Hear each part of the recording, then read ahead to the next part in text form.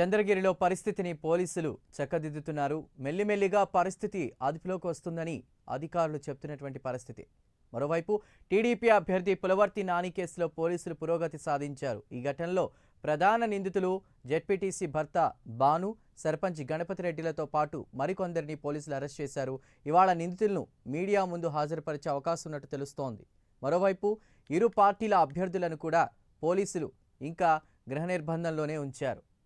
Gunmen ఫైరింగ్లో దీనికి సంబంధించి కూడా గాయపడినటువంటి సుధాకర్ రెడ్డిని ఆయన కుటుంబ సభ్యులు చికిత్స నిమిత్తం చెన్నైకు తరలించారు.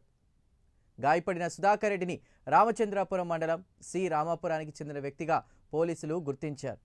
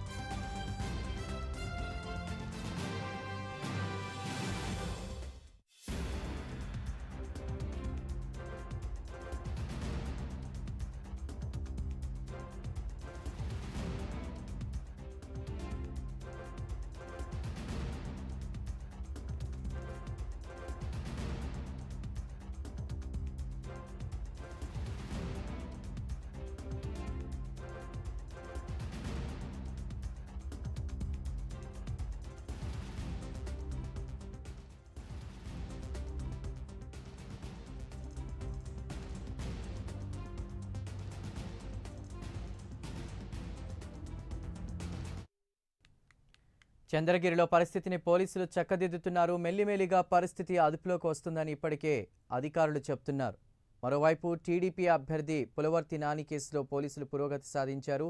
ఈ ఘటనలో ప్రధాన నిందితులు జెడ్పీటీసీ భర్త బాను, సర్పంచ్ గణపతి రెడ్డిలతో పాటు మరికొందరిని పోలీసులు అరెస్ట్ చేశారు. ఇక ఇవాళ నిందితులను మీడియా ముందు హాజరుపరిచే అవకాశం ఉన్నట్టు తెలుస్తుంది. ఇదే విషయానికి సంబంధించి మరింత సమాచారాన్ని మా ప్రతినిధి సునీల్ అందిస్తారు. Sunil, TDP Chandragiri TDP MLA అభ్యర్థి పులివర్తి నానిపై దాడి చేసినటువంటి వైసీపీకి సంబంధించినటువంటి వారి కానీ ఇప్పటికే ఇద్దరిని పోలీసులు అదుపులోకి తీసుకున్నారు. ముఖ్యంగా ఏదైతే గత 2 రోజులుగా ఇటు టీడీపీ నాయకులు తీవ్రంగా డిమాండ్ చేస్తున్న పరిస్థితి ఉంది. ఎందుకంటే దాడి చేసిన వారి గురించి పూర్తిగా ఎవిడెన్స్ పూర్తిగా అందించినప్పటికీ వాళ్ళని సీసీ కెమెరాల ద్వారా ఉన్నటువంటి వారి చిత్రాలు చూపించినప్పటికీ పోలీసులు ఎటువంటి చర్యలు తీసుకోవట్లేదని గత 2 రోజులుగా టీడీపీ నాయకులు ఇటు ఎస్పీ స్థాయి పోలీసులతో పూర్తిగా వివాదాస్పదంగా మాట్లాడిన పరిస్థితి ఉంది. ఎందుకంటే ముఖ్యంగా పోలీసులు పూర్తి స్థాయిలో పని చేయడం లేదని చెప్పేసి టీడీపీ నాయకులు అయితే ఆరోపించిన నేపథ్యంలో ఇప్పుడు ఈ రోజు పూర్తిగా పోలీసులు దాన్ని చక్కదిద్దే కార్యక్రమంలో పడ్డారని చెప్పొచ్చు. ముఖ్యంగా ఇప్పటికే ఏదైతే పులివర్తి నానిపై దాడి చేసినటువంటి బాను, మరోవైపు సర్పంచ్ గణపతి రెడ్డిలను అయితే పోలీసులు అదుపులోకి తీసుకున్నట్లయితే తెలుస్తోంది.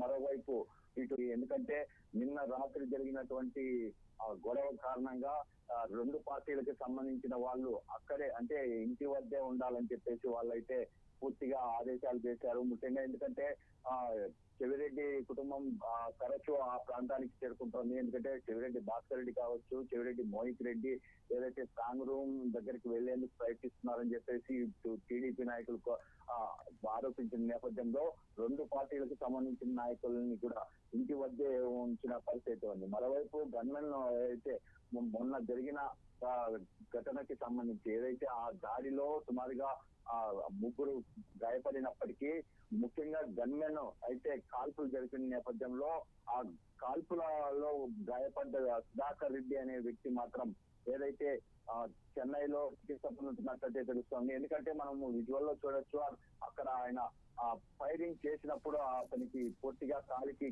గాయమైన పరిస్థితి. అక్కడి నుంచి అతన్ని అనుచరులు ఏదైతే వైసీపీకి సంబంధించినటువంటి కొంతమంది కార్యకర్తలు అతన్ని వెనువెంటనే తీసుకెళ్లిపోయిన పరిస్థితి ఉంది. ముఖ్యంగా అతన్ని కూడా అదుపులోకి తీసుకోవాల్సి ఉంది. పూర్తిగా అతను ఎక్కడున్నాడనే దానిపై పూర్తిగా వాళ్ళ ఫ్యామిలీ ఇంతవరకు వాళ్ళకి సమాచారం అందించట్లేదు. పోలీసులు అయితే పూర్తి స్థాయిలో ఎవరెవరు దాడి చేశారు అనే దాని మీద కూడా పూర్తిగా క్షుణ్ణంగా పరిశీలిస్తున్న పరిస్థితి ఉంది. ఎందుకంటే ఇటు తిరుచానూరు కావచ్చు, చంద్రగిరి నియోజకవర్గానికి సంబంధించి చాలా మంది యువకులు ఈ వైసీపీ కార్యకర్తలు భారీ స్థాయిలో ఈ